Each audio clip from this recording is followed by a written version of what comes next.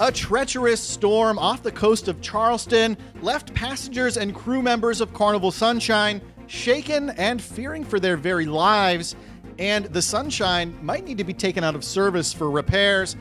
I'll show you the full video of just what happened on board this cruise ship. Plus, terror ensued down in the South Pacific as well as passengers were evacuated to their muster stations this morning, life jackets in hand, during the outbreak of a massive cabin fire on board a Carnival-owned cruise ship. Let's roll the intro.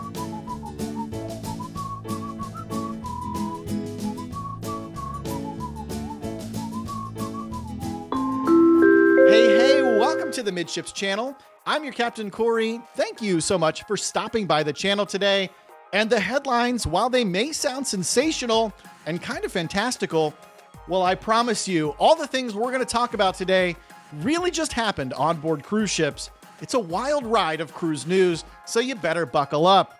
Now let's get started with perhaps the most dangerous thing that could possibly happen on board a cruise ship, and that's the outbreak of an onboard fire. And unfortunately, that's exactly what just happened to the 3,000 passengers and 1,000 crew members on board P&O's Pacific Adventure. They were woken up around 3:30 this morning during their 3-night cruise out of Sydney, Australia.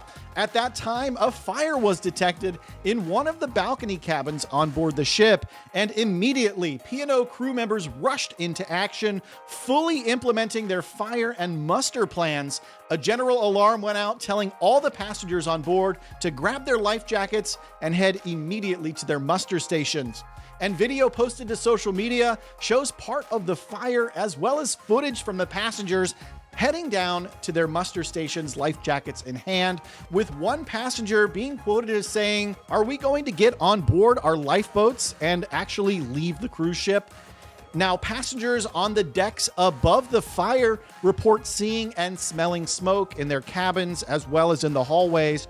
Fire crews aboard the ship quickly contained the fire. It took them a little more than a half an hour before they were able to announce that the fire was out. Crews then spent the 4 o'clock hour investigating the cause of the fire and making sure that the ship was safe to reestablish everyone in their rooms. And about 5 a.m., just a couple hours after the evacuation, passengers were allowed back into their cabins. Now, fortunately, there are no injuries being reported at this time.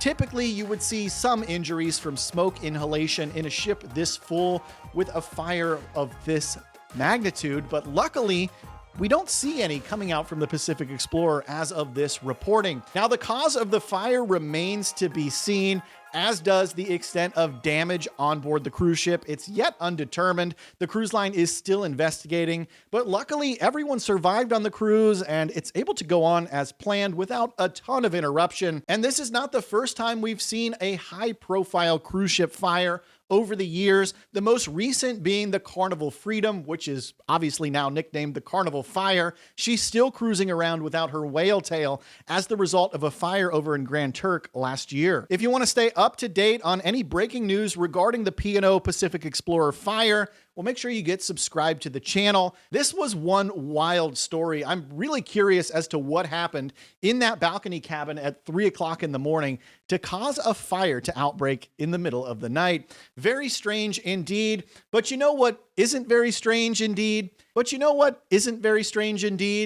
Well, everything in the Midships Amazon store, and yes, I do have to pay the bills somehow, and this is the best way to do it. In there, you can find something amazing, and I mean amazing, that you should take with you on your next cruise. Everything in there I have personally tested, and I use every time I sail. Check it out. There's a link down below. Thank you so much. Now, let's bring the cruise news back here to the USA. We're talking Carnival Sunshine, a ship that I've cruised on twice in just the past year, and on one of those times, it was really rainy, and I noticed the ship was very prone to flooding. As a matter of fact, up on the higher decks, I noticed multiple cabins had been evacuated and were being remediated for flooding just amidst heavy rains last July. Well, fast forward to this week, and the Carnival Sunshine has flooded out from deck 0 all the way up to deck 4, causing massive evacuations for all of the crew members that live down on those lower decks. Let's set the scene here. The Carnival Sunshine was on her way back home to Charleston, South Carolina, when she encountered a truly treacherous weather system, a tropical storm just off the coast, leaving passengers and crews, well, frankly, fearing for their very lives on board the ship as she battled turbulent waves and hurricane-force winds in excess of over 70 miles an hour. And the Sunshine's interior and exterior guest areas, they suffered a lot of damage as a result. Walls actually caved in, doors came off and floated down hallways. You can see cutlery and coffee cups floating around down the rivers of flood water that rushed through the hallways of the ship. Luckily, no injuries have been reported at this time, but this would have been a really stressful experience for anyone on board this ship during an extremely intense storm.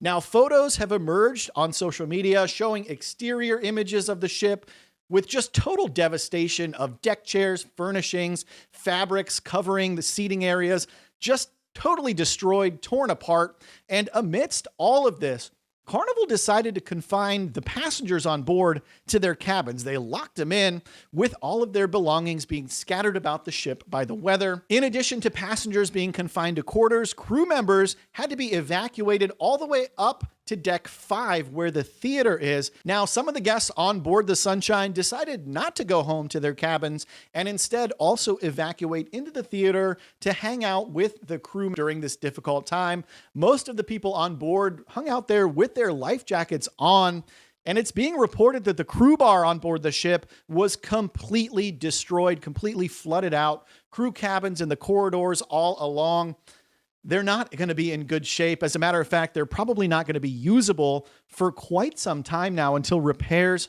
are done. Now, Carnival's brand ambassador, he's gone online to reassure the public that the ship was never actually in any danger during the storm. He emphasized that the captain made good decisions to prioritize the safety of the passengers and the crew. But despite these reassuring words from John Heald, many people online feel that the captain is solely to blame for everything that went down on board the Sunshine. Let me know what your thoughts are. Do you think Carnival needs to send this captain packing as a result of everything he allowed to happen to the Carnival Sunshine? Not to mention the extra risk that he put passengers and crew members through by deciding to ride out this storm so close to shore instead of just staying further away and coming home a day late. So this was just our first look at hurricane season 2023.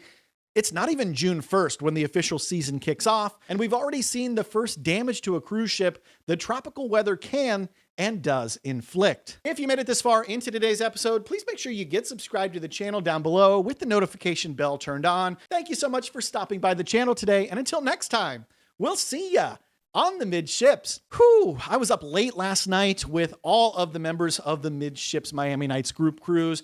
Check-in opened at midnight. We all sat down, brought a little boozy beverage, had some fun together, talked about our plans for on board the ship.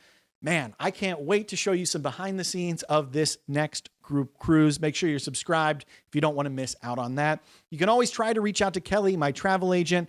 I don't know if there's rooms left or not, but she thinks some cabins may open up here in the next couple of days. So if you really want to be going on this cruise, make sure you talk to Kelly, get on the waiting list for a cabin, and we might be able to still accommodate you. I can't promise, though, at this point.